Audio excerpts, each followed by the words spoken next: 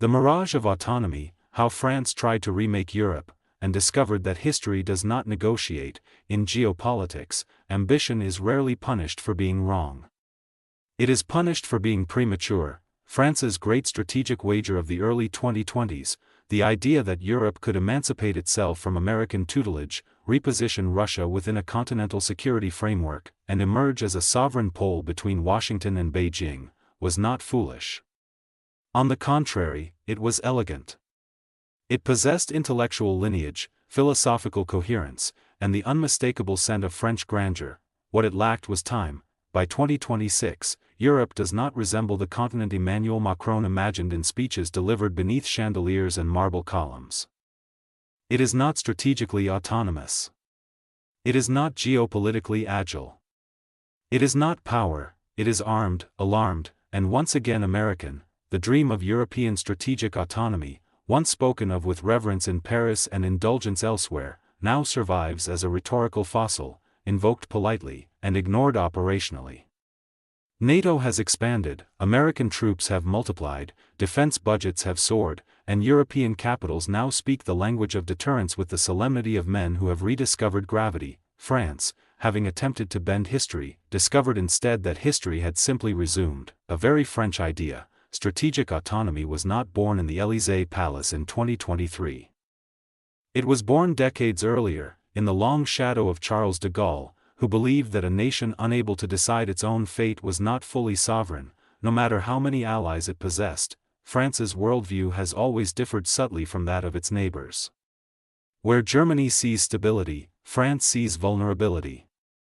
Where Poland sees protection, France sees dependence. Where Brussels sees process, Paris sees paralysis. For France, power is not merely something exercised, it is something possessed. This explains why France maintains a nuclear deterrent when others rely on umbrellas. Why does it insist on a permanent seat at the United Nations Security Council as if it were an heirloom?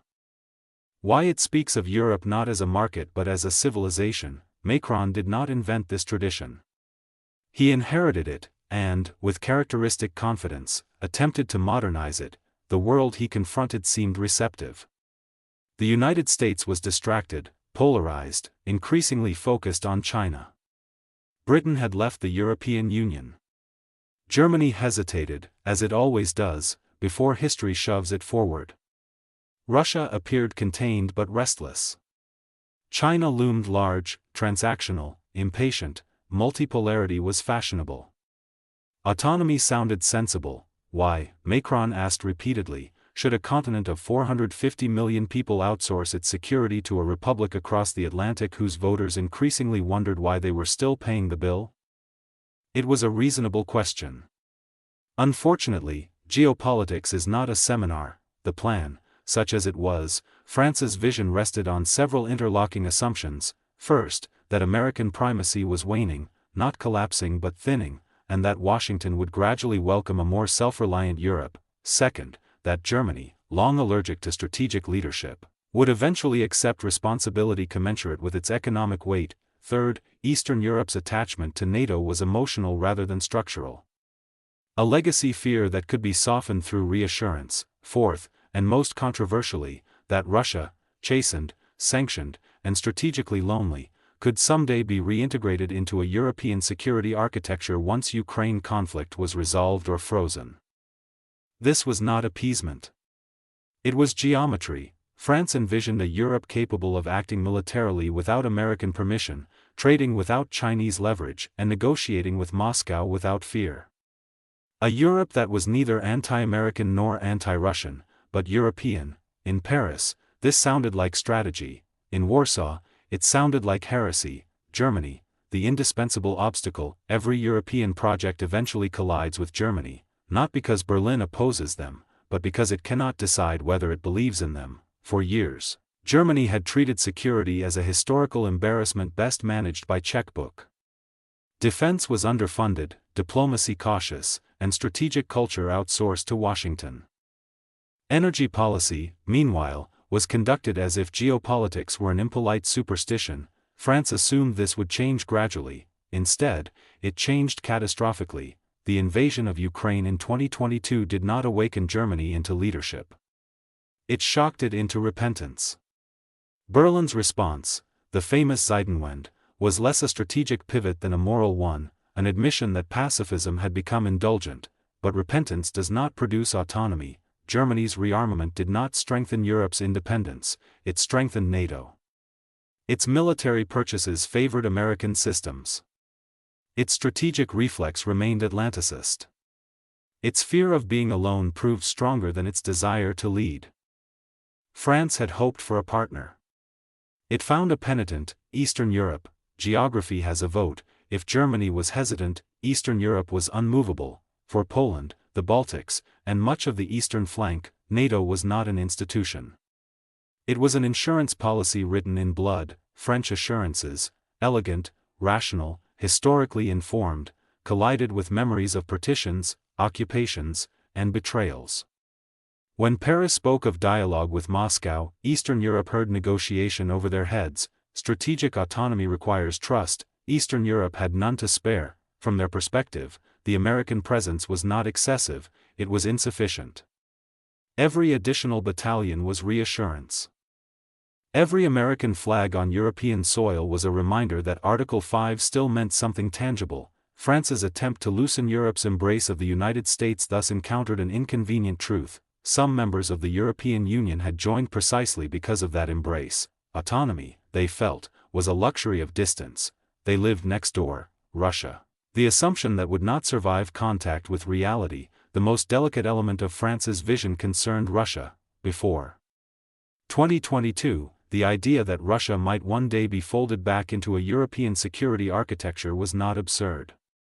After all, post-Cold War Europe had been built on precisely such optimism.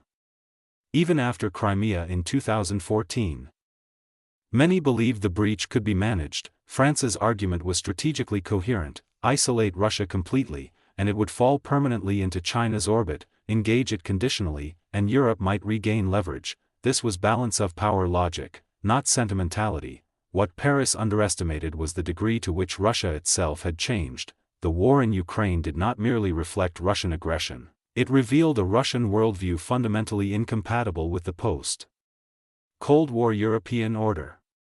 Sovereignty was conditional. Borders were negotiable. Force was restorative. After 2022, Russia was no longer a difficult neighbor. It was a revisionist power prepared to sustain enormous costs to undo history. By 2026, the idea of reintegration is no longer controversial. It is fantastic. France's wager assumed a Russia that wished to return to Europe. Russia had already decided to leave. The artillery effect: wars do strange things to ideas. They simplify them. Ukraine war did not merely alter Europe's security calculations, it compressed them. Nuance vanished. Ambiguity became dangerous. Hesitation looked like betrayal. In peacetime, strategic autonomy is a debate. In wartime, it is a distraction. As shells fell and cities burned, European governments discovered that the theoretical benefits of independence mattered less than the practical availability of ammunition. The United States could provide it. Europe could not, at least not quickly. American logistics, intelligence, satellite coverage, command structures, and industrial capacity became indispensable once more.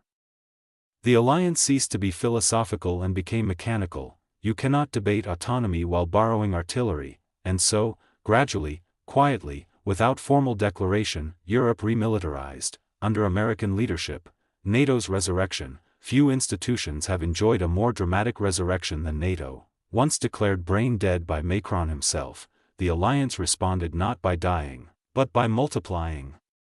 Membership expanded. Force posture hardened. Exercises intensified.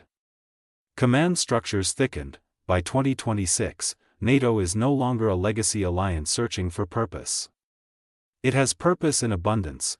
The irony is painful for Paris. The war that validated France's warnings about European weakness also eliminated the conditions under which its solution could be implemented.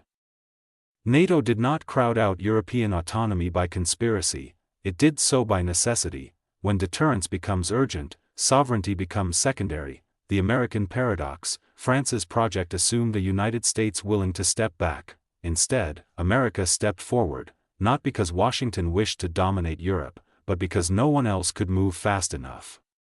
American policymakers, far from resenting European dependence, found it strategically useful. A stable European front allowed them to pivot resources toward Asia. Europe has become, once again, a managed theater. This was not imperialism. It was triage. The result, however, was devastating for autonomy. The deeper the crisis, the deeper the dependence. American presence expanded not as occupation, but as reassurance.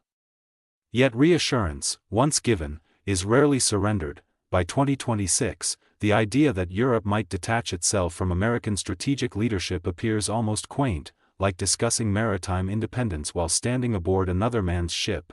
China, the silent beneficiary. France's vision was also meant to insulate Europe from China. That ambition, too, faltered. As Europe focused obsessively on Russia, China watched patiently. Trade dependencies remained. Supply chains adjusted only partially. Strategic attention drifted eastward across the Atlantic, not within Europe itself. Beijing did not need to undermine European autonomy. History did it for them. The more Europe leaned on Washington for security, the more it deferred confrontation with China, whose economic leverage was uncomfortable but not explosive. Strategic autonomy, intended as emancipation from both superpowers, collapsed into selective dependency. Security from America, commerce with China. This is not sovereignty, it is compartmentalization. France alone. France now finds itself in an awkward position. It possesses the continent's only independent nuclear deterrent within the EU. It maintains expeditionary capabilities. It speaks the language of strategy fluently. And yet it commands little followership. Its ideas were neither foolish nor malicious. They were simply mistimed. In 2019, autonomy sounded visionary. In 2023, it sounded controversial. In 2026, it sounds nostalgic. France is not wrong. It is merely early in a world that has decided to be late. Strategic autonomy may yet return as a necessity decade from now when American patience wanes or Chinese pressure intensifies. But when it does, it will not resemble Macron's version. History rarely repeats ideas in their original packaging. The mutation of autonomy, the concept has not vanished entirely. It has mutated. Today, European leaders speak not of independence, but of resilience. Not of sovereignty, but of supply chains. Not of emancipation, but of burden sharing. This is autonomy with training wheels. Europe now seeks to produce its own ammunition, secure its own energy, and harden its infrastructure, all within NATO, not outside it. The ambition has shrunk, but it has also matured. If France dreamed of adulthood, Europe has settled for competence. The deeper lesson, the failure of France's gamble, reveals something uncomfortable about Europe itself. The European Union excels at markets, regulations, and norms. It struggles with danger. When confronted with existential threats, it defaults to alliances that are older and harder than itself. This is not hypocrisy. It is identity. Europe was built to transcend power politics, not to master them. When power politics return, Europe borrows muscle rather than growing its own. France attempted to change that. History declined the invitation. Conclusion: the tragedy of being right too soon. Macron's vision will be remembered not as folly, but as premature clarity. He saw the coming fragmentation of global order. He understood the unsustainability of permanent American guardianship. He grasped the dangers of strategic infantilization. What he failed to grasp was that wars do not create freedom of maneuver, they destroy it. Strategic autonomy requires time, trust, and surplus capacity, precisely the things war consumes first. France attempted to build a new Europe while the old one was burning. In doing so, it learned the oldest lesson of statecraft: ideas do not fail because they are wrong, they fail because history chooses a different moment. For now, Europe marches again beneath familiar banners, reassured by American steel and haunted by Russian guns. The dream of autonomy remains, somewhere in the archives of speeches, waiting for a calmer century. History, for the moment, has other plans.